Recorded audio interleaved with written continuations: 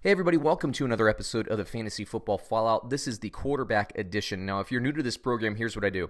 I take who, and I show you who ESPN had ranked in the top 10 coming into Week 8, who actually finished in the top 10, and how does that relate to the waiver wire, not only in Week 9, but for the season coming ahead. So I will give you my top 5 waiver pickups for the quarterback position. In addition to that, I also give you my superlative awards, and those include the Kicked in the Nuts Award, the Dumpster Vomit Award, and of course, the I'm Watching You award. If I took notice of a quarterback that somebody should keep their eye on, I give that superlative as well.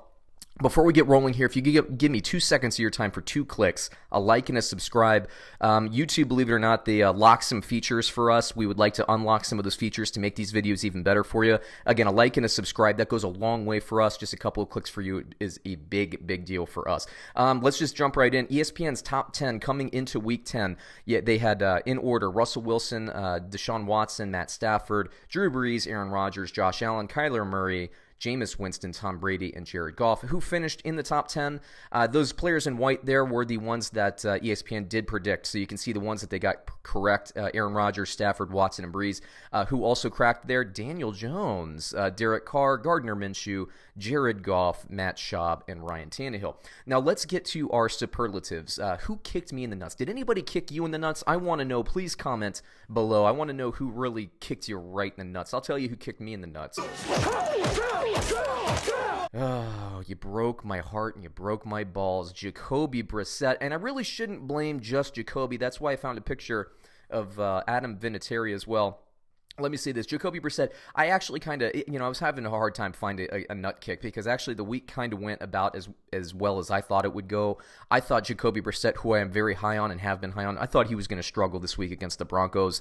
That's what my analytics said. I think that's what a lot of people's analytics said, frankly. So I wasn't surprised that he didn't have the best game, but I bet on the Indianapolis Colts -6 to win the game, and so it really broke my heart to see that Jacoby Brissette couldn't help somebody find the end zone a little bit more. But I wanted Adam Vinatieri in here, and if I did kickers, I don't do kickers every week, but if I did kickers, I would give him the Fart in the Elevator award. That's a new award. I'm just making it up this week. A guy who stinks up the joint but gets away with it at the end of the day.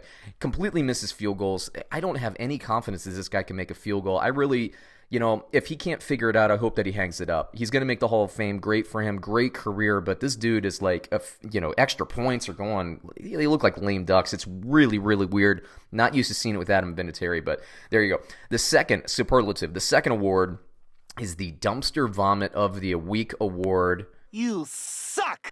Yeah, Kyle Allen, man, you sucked this week. And you know what? You're playing a tough 49ers defense. Again, I wasn't surprised by it, and I'm not going to give Kyle Allen too much of an issue there. I don't think you should bench him. There's talk about going back to Cam Newton and all that stuff. I think Carolina should sit. It's the trade deadline's coming up. Maybe even trade Cam Newton. I completely understand, though, because Cam Newton's so talented, you probably, not necessarily ready to make that move yet. I get that as well. But I'm not going to freak out about this 49ers team. That 49ers team was built to give Carolina problems. I thought it was going to be a lower scoring game. I was correct, at least on one side. The Carolina Panthers, I actually got that score right for them. I predicted it on the nose. I just did not predict that the 49ers would go for over 50. So great for them, not so great for the Panthers. I think he'll bounce back, but you got to give credit where credit's due, and you got to give, a big you sucked where you sucked was due. This spot on the list, the Dumpster Vomit Award, went to Mitch Trubisky last week. I flirted with giving him the award again, but, whatever. Last award I'm going to get before the waiver wires is the I'm Watching You award. And I am watching Matt Moore. Now, I know Patrick Mahomes is going to come back, but if his recovery takes just a little bit longer, if he has a setback or anything like that, this is a game that I watched with interest, this Kansas City Chiefs and Green Bay Packers game. And I thought, look, Andy Reid is a really good coach, and this guy won a lot of games with Donovan McNabb, who mechanically isn't a great quarterback. Matt Moore is a pretty decent quarterback. He is a backup, but he's had some success in the league as a backup.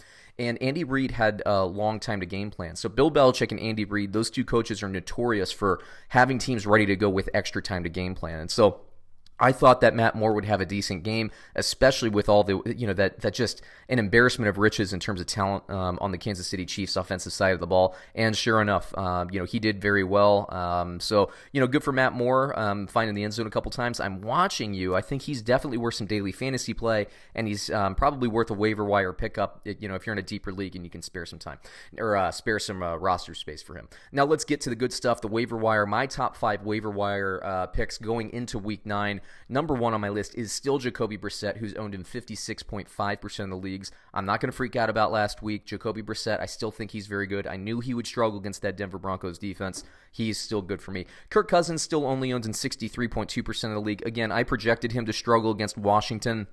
He's going to be fine. Now, he's not, I don't think, an every week starter, but based on matchup, he's going to give you some great value, especially off the waiver wire. You kidding me? Baker Mayfield, again, I projected him to struggle mightily against the Patriots. He did. I said he would throw for 1 touchdown. He did. Okay. Now, the schedule for Cleveland gets a lot easier going forward. I am high on Baker Mayfield to basically kind of reproduce what he did last season. I think he's going to have a really nice back half of the year. I do. He's got a lot of talent. He's got Chubb. He's got OBJ. He's got Jarvis Landry. He's got a couple of tight ends in Seals Jones and Harris that are okay.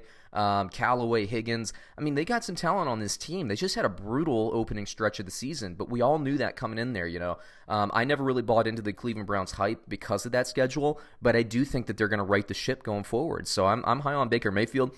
Ryan Tannehill, I talked about him last week. He's a 300-yard a game type passer. That this completely transforms this Tennessee Titans team. Again, I thought that Tannehill might have some tough sledding against the Todd Bowles defense. He still did okay.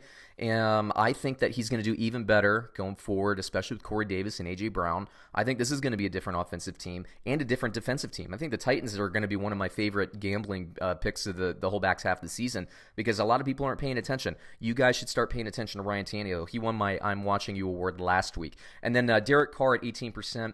With Tyrell Williams in the lineup, he's a little bit of a different quarterback. I think that this offense will continue to coalesce, and John Gruden calls a really nice game. Derek Carr, you could do worse on the waiver wire. Certainly there are worse out there, but those are my top 5 for the week. Again, please, everybody, like and subscribe to these videos. We'd appreciate the support there. If you disagree, if you think I'm missing somebody, please comment. I'm as interactive as I possibly can be. I really do try to reply or at least like a lot of the comments out there, so I will pitch in and be communicative. And then, catch us on another episode. We do every position grouping except for kicker because I think kickers are boring. Although, like I said, Vinatieri, fart in the elevator award. He lets one out in the elevator, everybody smells it, and then the door's open and he leaves. He gets away with it scot-free. Adam Vinatieri. Anyway, there you go. There's another episode. We appreciate it, and we'll catch you on another one soon. Thanks, everyone.